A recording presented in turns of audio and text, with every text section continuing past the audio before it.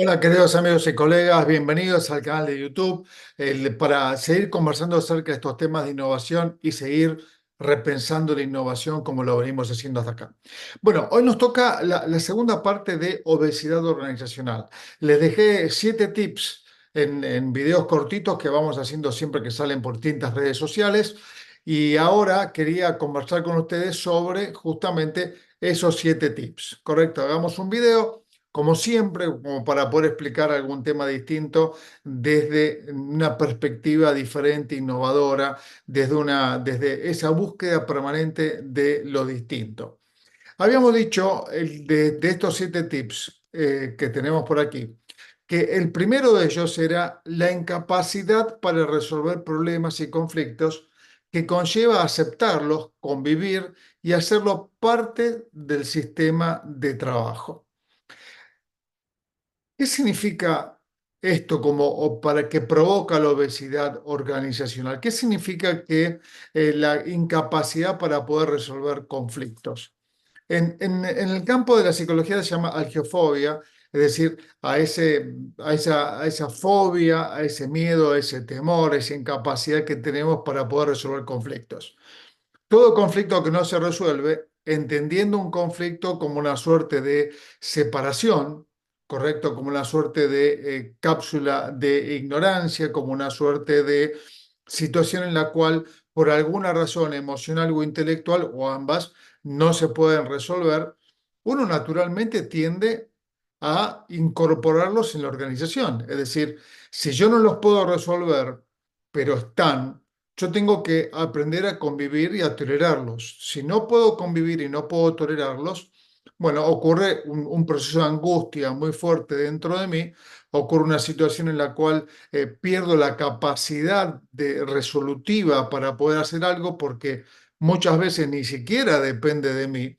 Entonces, frente a esta realidad, lo que hacemos es aceptarlos, tolerarlos, hacer de cuenta que no existen, es decir, ocultarlos, en algunos casos intelectualizarlos, negarlos, correcto, esos problemas, para que de alguna forma me permitan vivir dentro de todo, amigablemente con el entorno en el cual me toca trabajar y poder continuar hacia adelante. Es decir, que esa incapacidad que tenemos para resolver conflictos o problemas, bueno, nos obliga de alguna forma a ir aceptándolos dentro del campo laboral. ¿Eso es bueno, es positivo? No, incluso ni siquiera es ético.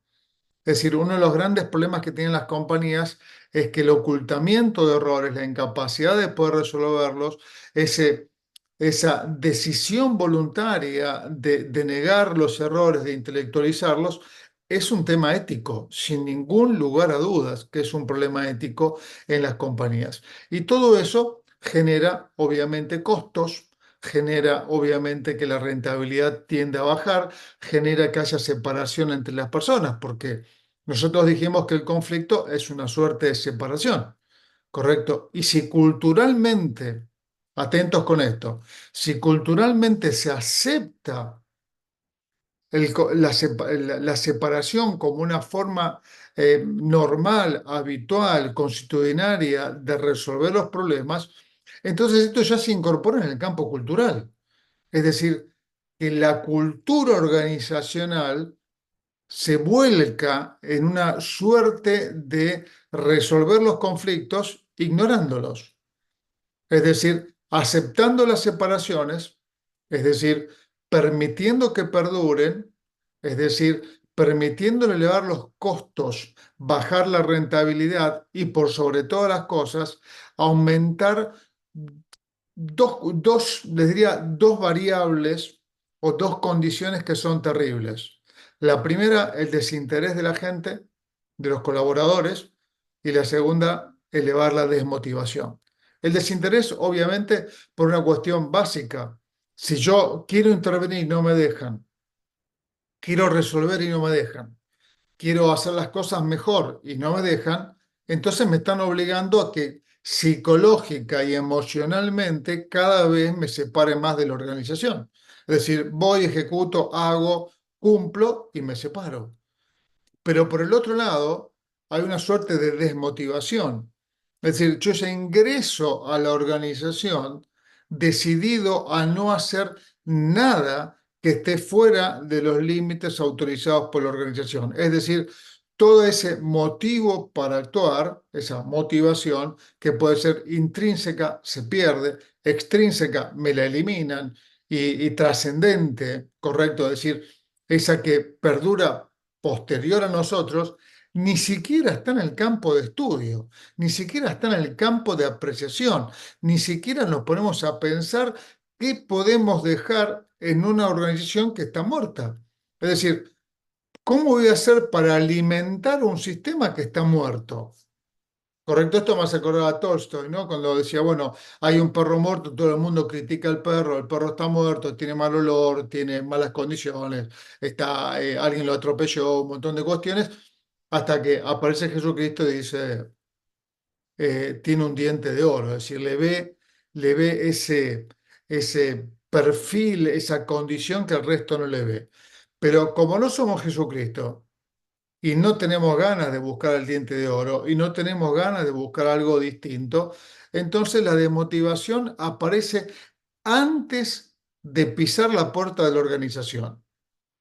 Es decir, que de alguna forma lo que ocurra allá, allí dentro no me interesa, salvo que eso perjudique mi campo laboral, perjudique mi puesto laboral, perjudique mi salario mensual, perjudique la forma que habitualmente hago las cosas. Entonces, primer punto importante que tenemos que tener en cuenta, la incapacidad para resolver problemas y conflictos conlleva aceptarlos, a convivir, a hacerlos parte del sistema de trabajo y por lo tanto todo esto, toda esta separación, todo este nivel cultural que acepto como algo natural, entonces tiende justamente a ser, a la organización, tiende a crear una organización mucho más obesa, porque toda separación tiende a la obesidad.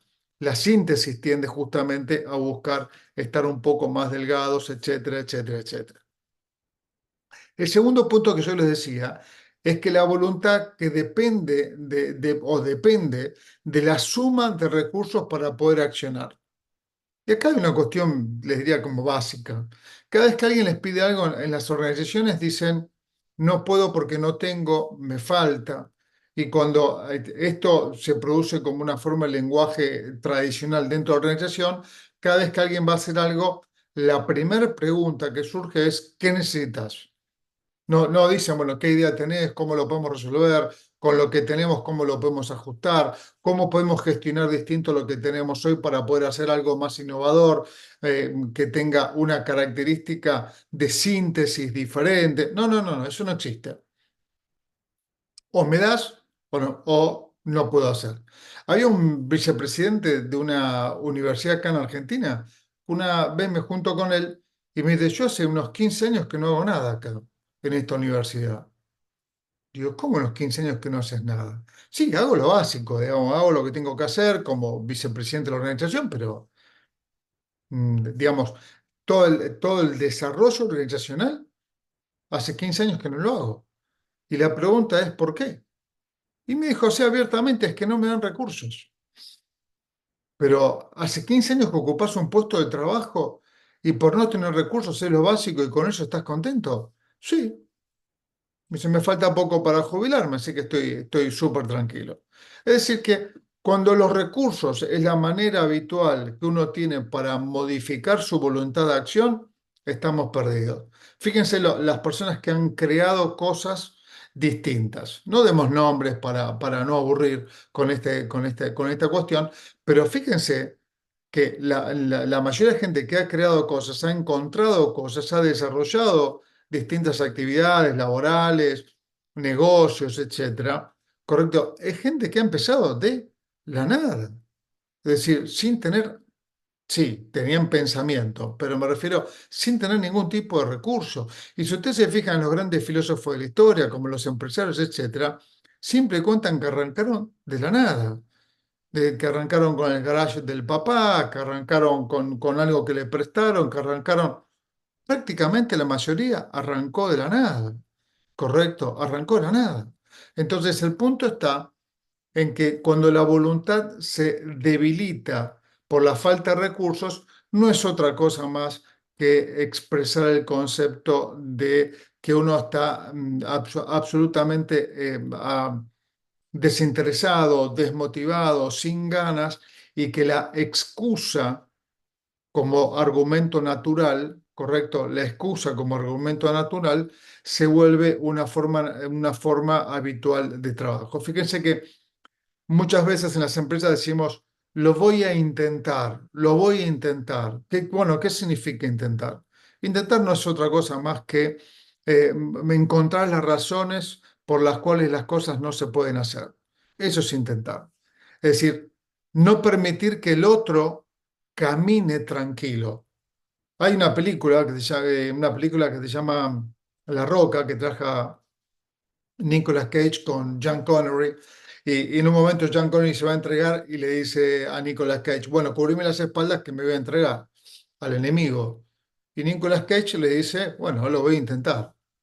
Y se da vuelta John Connery y le dice, ¿qué? No te escuché bien, lo voy a intentar. ¿Cómo que lo vas a intentar? Lo tenés que hacer. Si vos lo vas a intentar, yo camino hacia adelante, hacia el enemigo, ¿correcto? Dudoso. Es decir, voy caminando hacia adelante, hacia el enemigo, y tengo que estar dándome vuelta para ver si vos seguís estando. Es una locura. Es decir, no puedes decirme lo voy a intentar. Es decir, lo voy a hacer. Tengo que dar tranquilidad que lo voy a hacer. Bueno, cuando la voluntad y los recursos están unidos, lo único que tenemos en el medio son intentos. Veamos el tercer punto que les contaba a ustedes en nuestros videos chiquititos. Mayores controles, protocolos, normas, con la sola idea de modificar el comportamiento de la gente.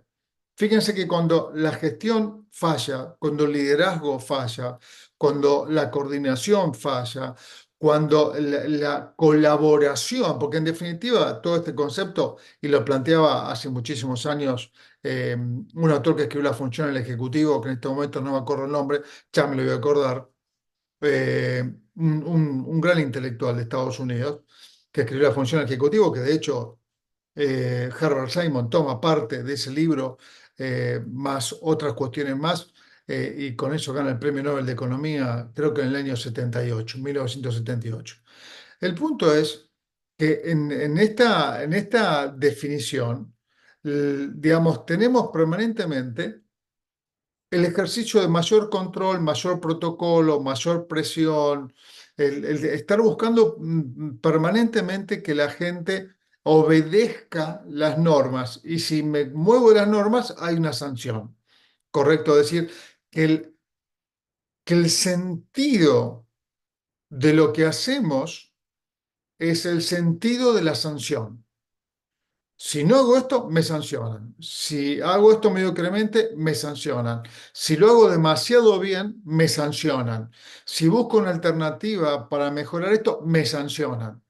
Entonces, cuando nuestra perspectiva, cuando nuestra forma de movilizarnos se basa en la sanción, no solamente que el miedo comienza a aparecer como una forma lingüística natural, porque todo el mundo está viendo que al hacer algo que está fuera de los límites que me están planteando, aparece la sanción. Es decir, lo que fomentan es el miedo, y el miedo, recordemos que no tiene escalas sociales, no tiene límites, no tiene ninguna obstrucción más allá de nuestra propia imaginación y nuestro propio respeto al miedo. Es decir, que el miedo no respeta ninguna clase social, no respeta absolutamente nada. Por lo tanto, el miedo lo puede tener el gerente general, un gerente, un director, un cadete o cualquier persona dentro de la organización.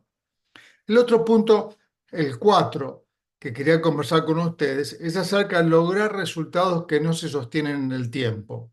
Uno de los grandes problemas que tenemos con esta temática de que no se sostienen en el tiempo los resultados es justamente porque le prestamos demasiada atención al resultado y no a las variables por las cuales ese resultado se consiguió, cuáles fueron los comportamientos, las variables, los sistemas por los cuales ese resultado se consiguió.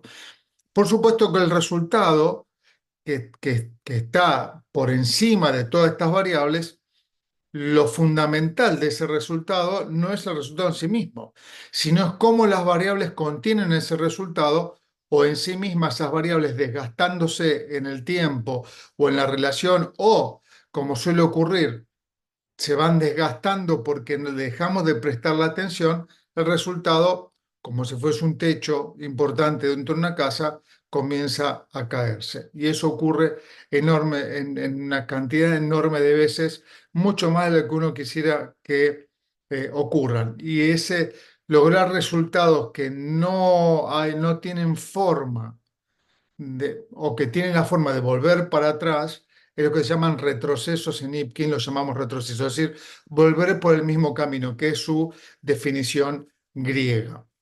El otro punto interesante es, como el quinto, hacer de la rutina y de la homogeneidad la única forma aceptable de trabajo.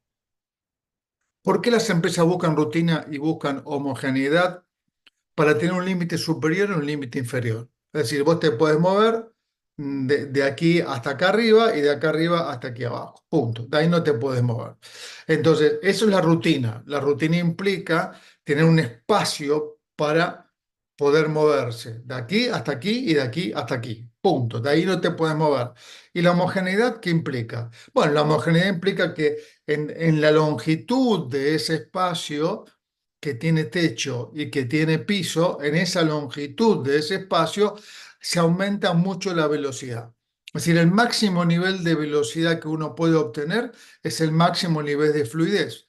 Por lo tanto, cuanto más rápido corran, mejor. Tienes un espacio estrecho de rutina entre techo y piso y ahí además corres rápidamente.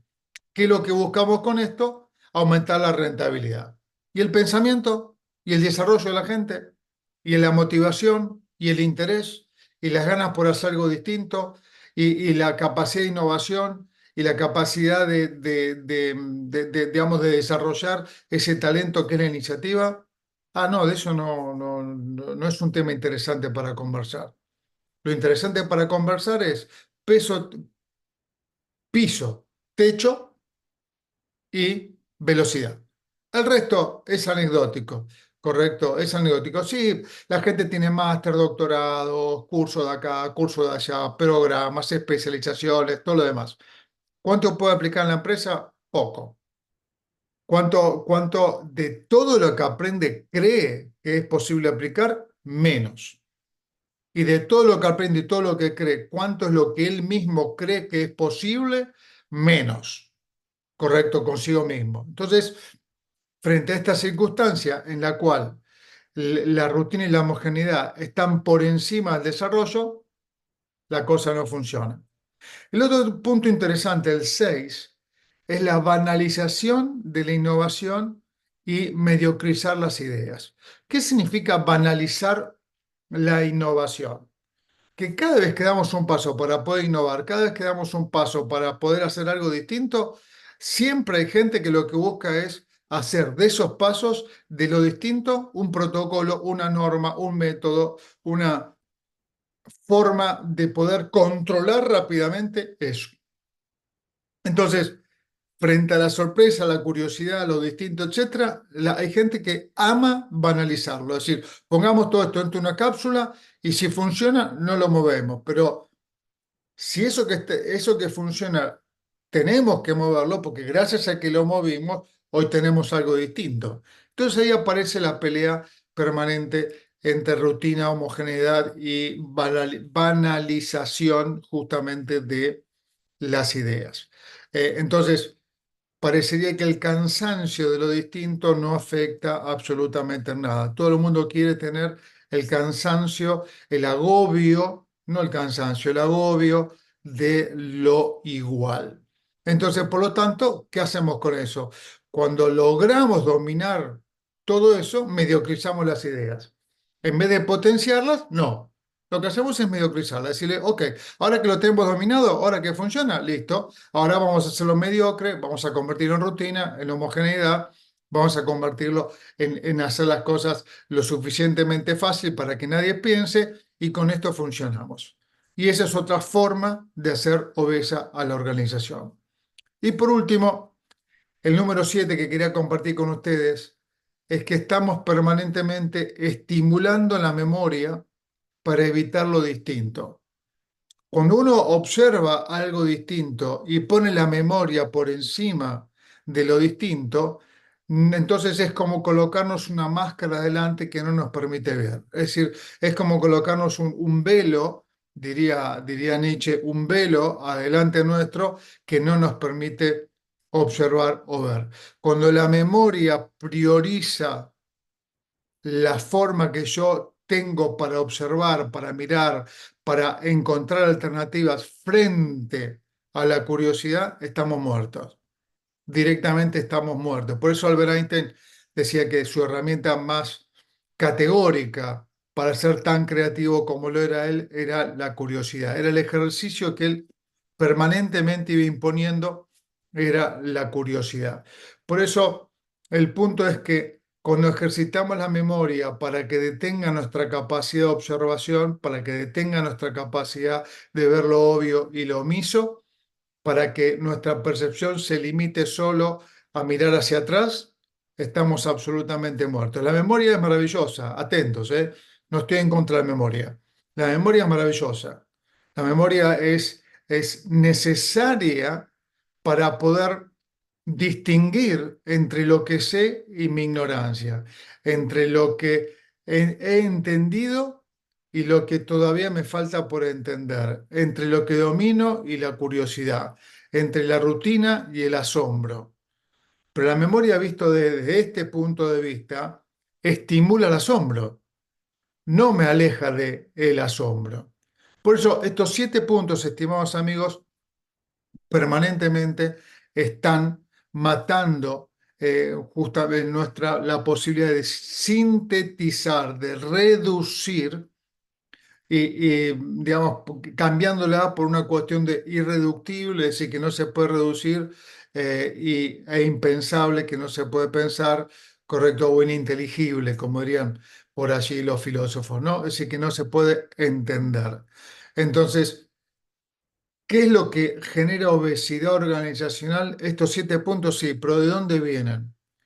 Vienen de un esfuerzo enorme por sostener lo entendido frente a buscar lo que todavía no entendemos.